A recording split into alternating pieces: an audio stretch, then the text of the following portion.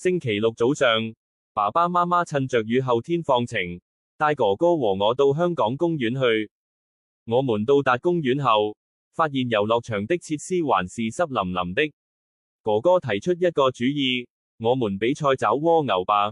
爸爸媽媽借手機給我和哥哥拍下找到的蝸牛。哥哥很快便在濕濕的泥土間找到它們，並拍下照片。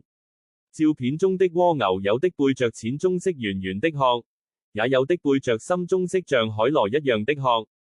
堅硬外殼下，藏着淡灰色的身體，看起來軟軟濕濕的。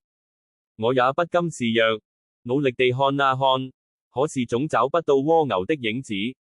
爸爸輕拍我的肩，說蝸牛喜歡在濕滑和跟它們身體顏色相近的地方活動。